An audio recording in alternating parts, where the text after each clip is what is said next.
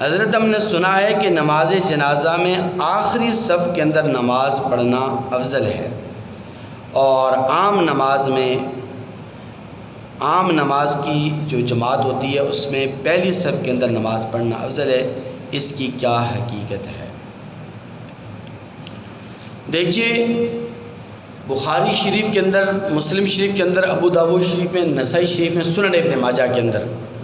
یہ حدیث مبارکہ بڑی وضاحت کے ساتھ آئی ہے۔ آپ علیہ الصلوۃ والسلام نے فرمایا خیر صفوف الرجال اولها وشرها آخرها وخیر صفوف النساء آخرها وشرها اولها۔ کیونکہ آپ علیہ الصلوۃ والسلام کے دور نبوت کے اندر خواتین بھی مسجد میں آ کر نماز باجماعت ادا کرتی تھی، پھر بعد میں زمانے کے فتنے کے پیش نظر خواتین کو اور عورتوں کو جماعت کی نماز میں شرکت سے منع فرمایا گیا۔ تو آپ علیہ الصلوۃ والسلام نے فرمایا کہ مردوں کی نماز باجماعت میں، عام نماز کی بات میں کر رہا ہوں، نماز جنازہ میں بعد میں آئیں گے، عام نماز کے اندر نبی کریم صلی اللہ علیہ وسلم نے فرمایا کہ مردوں کی سب سے بہترین صف یہ پہلی صف ہے، اور مردوں کی سب سے کم درجے والی صف جو ہے وہ آخری صف ہے، دوسری، تیسری، چوتھی، پانچویں، جتنے آخری صف، اور عورتوں کی سب سے بہترین صف یہ آخری والی صف ہے، اور سب سے کم درجے والی صف وہ پہلی ہے۔ یعنی اگر کوئی عورت پچھلی صف کو چھوڑ کر اگلی صف میں آ کر کھڑی ہو جائے تو یہ اس کو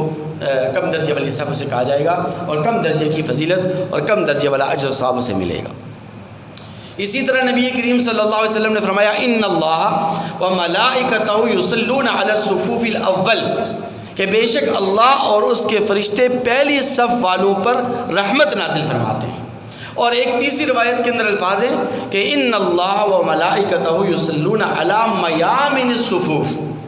کہ بے شک اللہ اور اس کے فرشتے صف کے جو دائیں جانب، امام کے جو دائیں جانب جو صف ہے ان صف والوں پر، دائیں جانب والوں پر اپنی خصوصی رحمتیں اور برکتیں نازل فرماتے ہیں۔ تو یہ تو روایات ہیں عام نمازوں کی جو صف ہے، ان صفوف ہیں ان کے متعلق۔ جہاں تک نماز جنازہ کی صفوں کی بات ہے تو کسی صحیح حدیث مبارکہ میں وضاحت کے ساتھ یہ بات نہیں آئی ہے کہ اگر کوئی آدمی نماز جنازہ کی آخری صف کے اندر کھڑے ہو کر نماز جنازہ پڑھے گا تو اس کو زیادہ ثواب ملے گا۔ حدیث مبارکہ میں وضاحت نہیں ہے۔ ہاں فقہائے کرام نے یہ ضرور لکھا ہے کہ چونکہ یہ جو نماز جنازہ کا جو موقع ہوتا ہے، کسی کی فوتی کا جو موقع ہوتا ہے، یہ تذلل اور انکساری کا موقع ہوتا ہے، تو اگر کوئی آدمی تذلل اور انکساری کے پیش نظر